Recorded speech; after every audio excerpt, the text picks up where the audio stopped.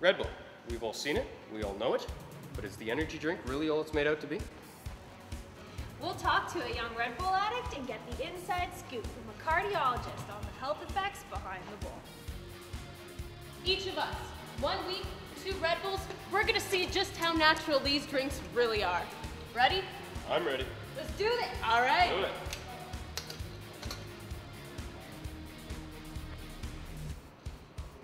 Nasty. Sucks.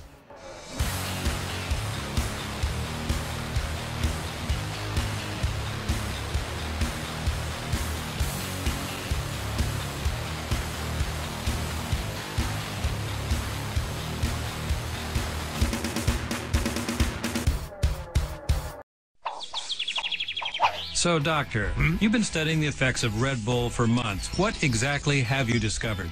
Energy boundaries and biorhythmic fluctuations. Red Bull vitalizes body and mind, but could it be in a dangerous way?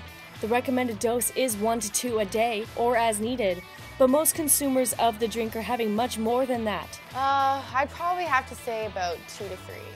About 4. Is that a health risk? Nick, Ali, and Nicole are each going to have 2 Red Bulls a day as recommended on the can for 1 week.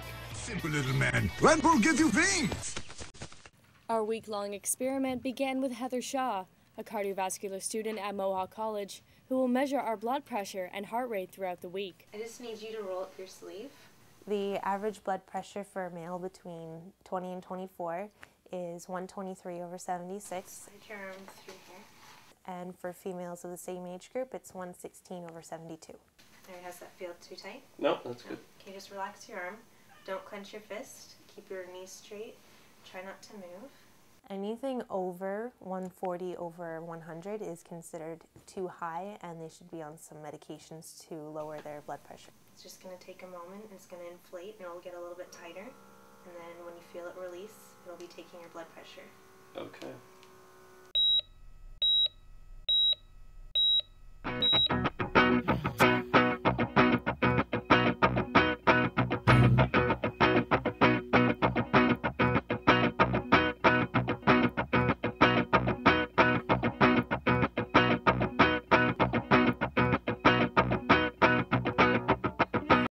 Paula Prosh, an admitted addict, explains why she drinks Red Bull.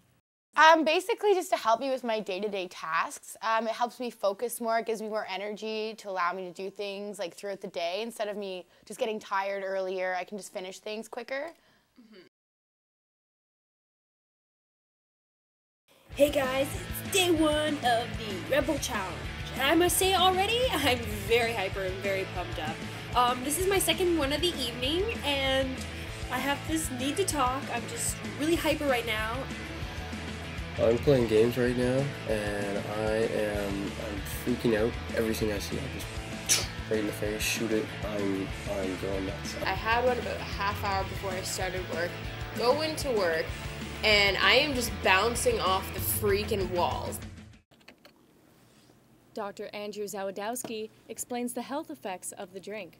Probably the brain type of effects, which is increased alertness and heightened sensation. However, 2 or more can definitely be symptomatic, and patients can experience irregular beats and awareness of heartbeat. Red Bull. We're allowed to sell it here in Canada, but we should consider ourselves lucky for that matter, because some countries won't allow Red Bull to be sold.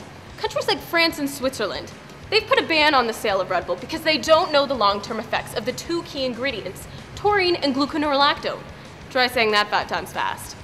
But if they're not allowed to sell it there, how are we allowed to sell it here? We talked to Health Canada to try and figure that out. Although some ingredients can be found naturally, Red Bull manufactures theirs pharmaceutically.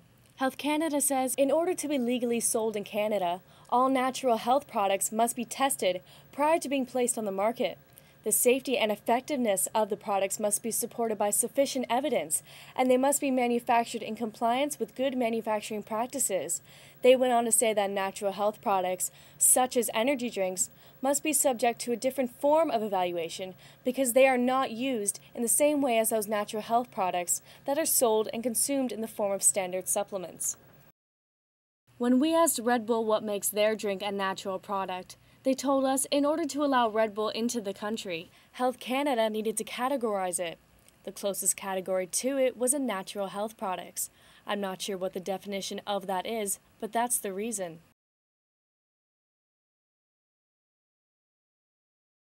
Fourth day, and I don't think I can take this anymore. It's driving me nuts. I want one in the morning now because they're so good to just get you up and awake for your day. I thought the energy drinks would help, and they didn't. Like, I had one this afternoon and I was all, ah! And then I crashed. And now I'm just tired. My last little bit of work, people were just like, what's wrong with you? Because I've never crashed that hard. They looked at my eyes and they were just like, and that was another thing they noticed when I had the huge stimulant, and they noticed now when I'm crashing, they're just like, something's up with you. Like, they're noticing a difference because of these drinks. Like, it's, I don't know. The more caffeine a person takes, the more likely the person is to develop the symptoms. The brain misses the caffeine or the stimulant effect, and so a person will feel irritable because the brain isn't getting what it's used to getting. Okay, now we're going to make a Jaeger bomb, aka... Last year alone, Red Bull's sales sat at nearly $1 billion worldwide. A large portion of that included the sales within bars and nightclubs. We asked Red Bull about the alcohol warning on the can. And chug. On the can, it says recommended not to be mixed with alcohol. Health Canada wanted that to be on the can to allow it to be sold. There are only 2 countries in the world that have the similar label wording. The warning is there in Canada because Health Canada believes that a stimulant, caffeine and taurine for example, should not be mixed with a depressant such as alcohol. So do you ever go out and drink, like mixed drinks with them? Oh yeah, all the time. But they don't pour it for you at the bar. You have to pour it yourself.